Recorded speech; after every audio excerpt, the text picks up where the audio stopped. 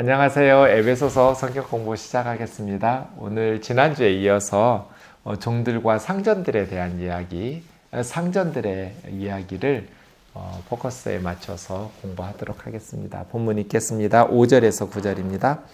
종들아 두려워하고 떨며 성실한 마음으로 육체의 상전에게 순종하기를 그리스도께 하듯 하라. 눈가림으로만 하여 사람을 기쁘게 하는 자처럼 하지 말고 그리스도의 종들처럼 마음으로 하나님의 뜻을 행하고 기쁜 마음으로 섬기기를 주께 하듯 하고 사람들에게 하듯 하지 말라. 이는 각 사람이 무슨 선한 일을 행하든지 종이나 자유인이나 주께로부터 그대로 받을 줄을 알미라. 상전들아 너희도 그들에게 이와 같이 하고 위협을 그치라. 이는 그들과 너희의 상전이 하늘에 계시고 그에게는 사람을 외모로 취하는 일이 없는 줄 너희가 알미라. 지난 시간에 종들에 대한 말씀 우리가 함께 공부했었죠.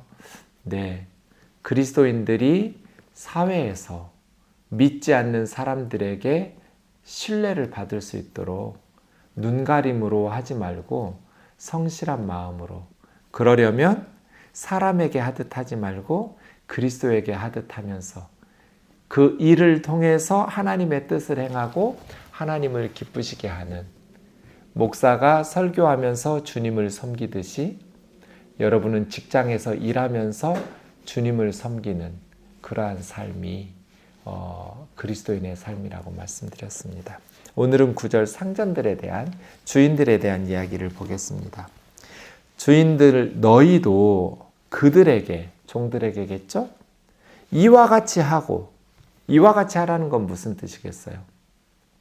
종들이 상전을 사람이 아니라 그리스도라고 생각하고 섬겼듯이 상전인 너희도 종들을, 그 종들이 종이라고 생각하지 말고 그리스도라고 생각하고 대하라는 거예요. 엄청난 얘기죠. 종들이 주인에게 하듯이 주인들도 종들에게 이와 같이 하라는 거예요. 그래서 5장 21절이 성도의 삶의 원리입니다. 그리스도를 경외함으로 피차 복종하는 것. 종들만 상전에게 복종하는 것이 아니라 상전들도 종들에게 복종해야 된다는 거죠. 복종해야 된다는 것이 정말 어색하게 들릴지 모르겠지만 그런 마음으로 주인들도 종들을 존중해야 된다는 것입니다. 어떻게 그게 가능합니까? 그리스도를 경외하는 것. 주 안에서 살아가야 되는, 그리스도를 두려워하는 마음으로 존중한다면 그러해야 된다는 겁니다. 위협을 그치라. 위협을 그치라고 말합니다. 협박하지 말라는 것이죠.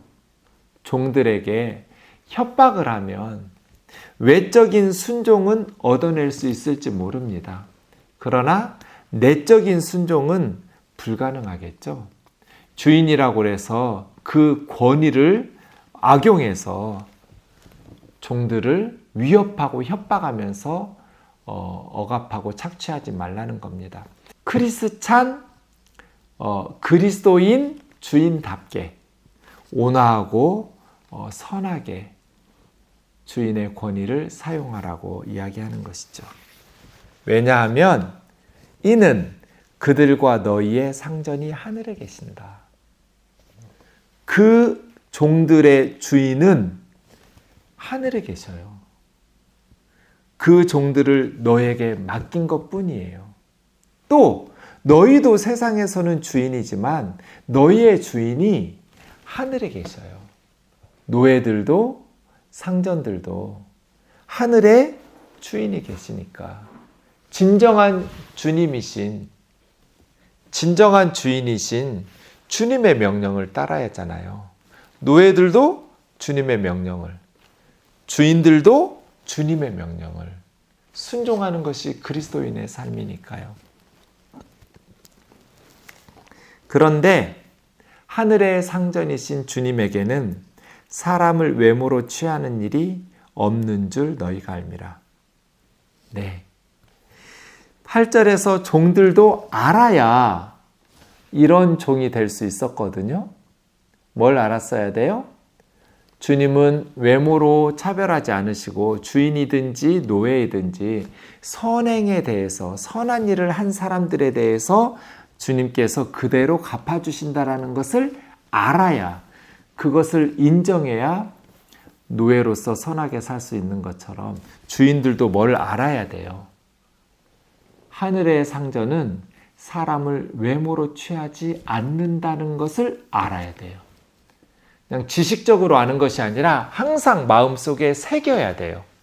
그래야만 이 구절에 상전들에게 주신 주님의 명령을 순종할 수 있어요. 하나님 앞에서는 종이나 주인이 차별이 없어요. 그리스도 예수 안에서는 동일한 하나님의 자녀고 동일한 하나님의 백성이에요. 그래서 피차 복종하는 거예요.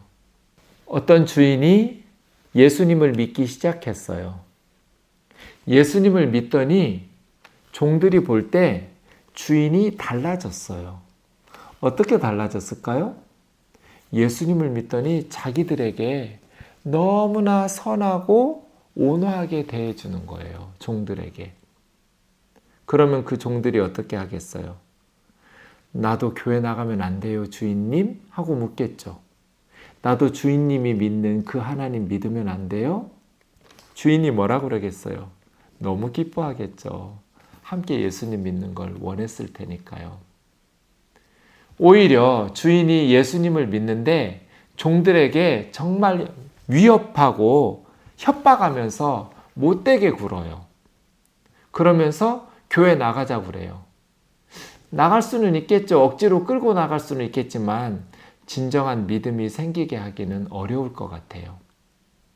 그래서 상전들아, 너희도 종들이 그리스도에게 하듯 너희를 섬기라고 했던 것처럼 주인인 너희가 종들에게 그리스도에게 대하듯 선하고 온유하게 종들을 대해야 된다.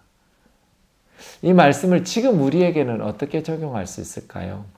사장님들에게 아니면 부하 직원을 둔 그러한 분들에게 적용할 수 있겠죠.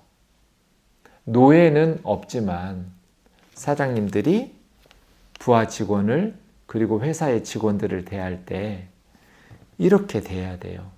하나님께서는 외모로 사람을 차별하지 않으세요. 나도 고린도전서 7장에서 말한 것처럼 그리스도의 종이니까요. 또 저 종도 그리스도 안에서는 자유인이니까요. 우리 모두 다 사람들의 종으로 살지 않고 그리스도의 종으로 인생을 살아가니까요.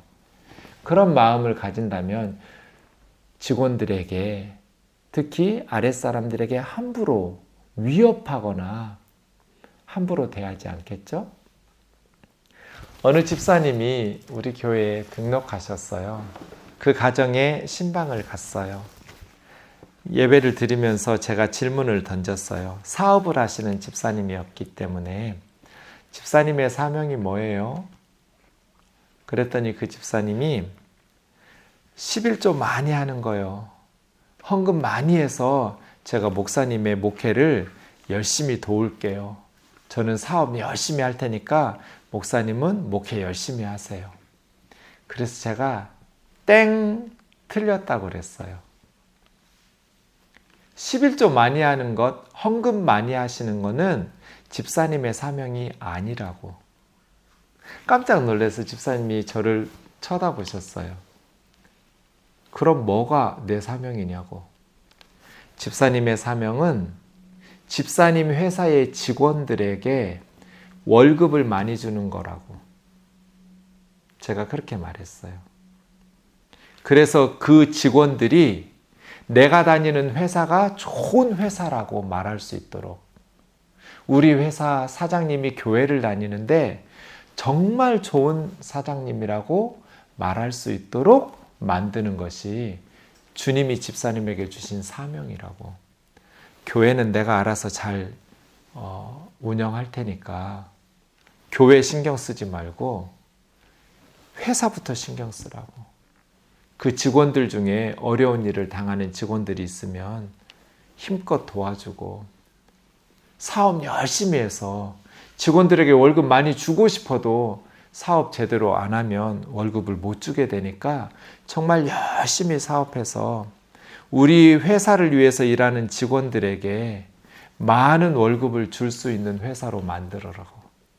그것이 집사님의 사명이라고.